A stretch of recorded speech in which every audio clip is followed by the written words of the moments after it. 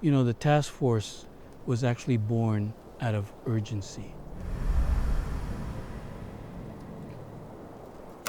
We are in the midst of the worst drug crisis in U.S. history. The drug is fentanyl. Fentanyl. First of all, what is fentanyl? Fentanyl overdoses. 79 people died of fentanyl. Fentanyl use has exploded in Hawaii.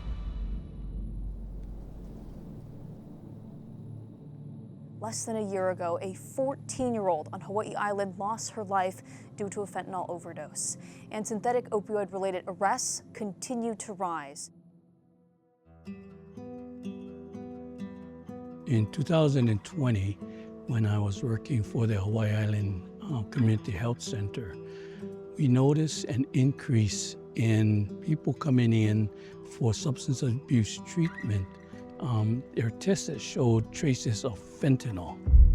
And then, of course, with the death of a 14-year-old girl from Kealakea High School, called many of us, including myself, to arm about we got to do something to help our community. It hit us hard. We had a couple deaths. Youngsters, children, basically, overdosing by accident. People struggle with mental health. They self-medicate with, drugs, and that's the result. And so I felt, I took it personal, and I felt like, we got to come together. And so, we connected with the right partners, the right community groups, along with state and county and the federal government, to finalize a plan. Well, I felt that if we're going to get involved in this movement here, we got to look for ways to engage our community so we can sustain the effort over a long period of time.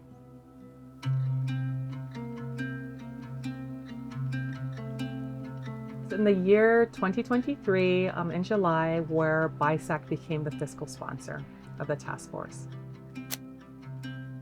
The task force did receive funding from the opioid settlement funds, which trickled in from the feds. So we have about 50 plus members that have been ongoing supporters, but I think what the money has helped us do is really reach rural underserved areas, also provide education and training at various locations so that we're able to get our messaging out there. I think what sets the task force apart from other responses to an epidemic such as fentanyl is the collaboration between the agencies and the community.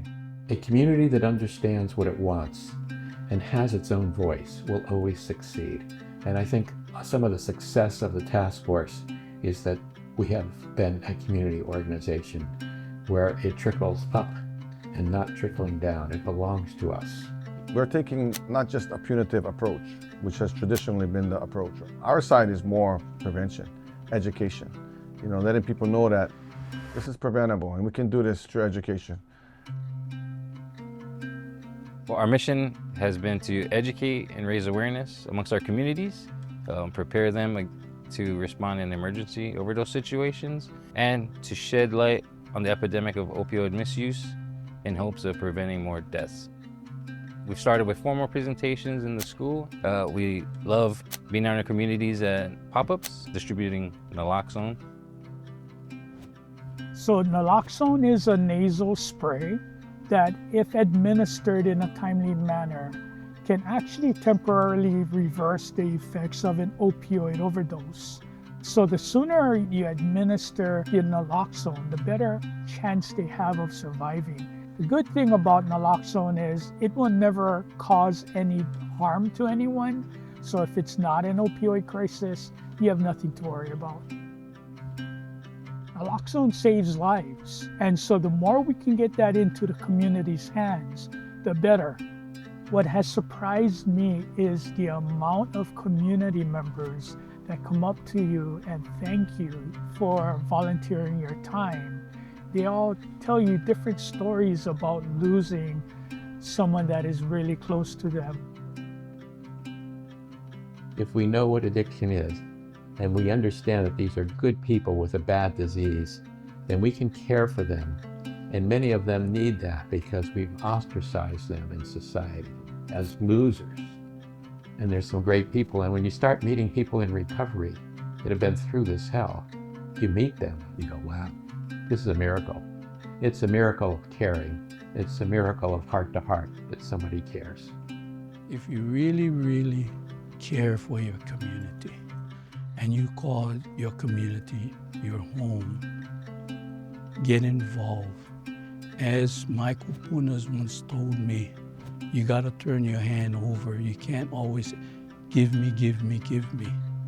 You gotta turn your hand over and give back in any way that you can to make your community a safer and better place for not only this generation, but for the 7 generations to come. We will never solve this problem with Narcan. We'll never solve this problem with treatment. We'll never treat our way out of this epidemic. We will never incarcerate our way out of it. We will never bury our way out of it. We've got to go upstream and think of prevention. And that starts with education, prevention, awareness, and then we've got to make sure we fund treatment programs, that they're accessible, that they're culturally appropriate, that we don't stigmatize drug use and the people that use drugs. And then we've got a shot at this.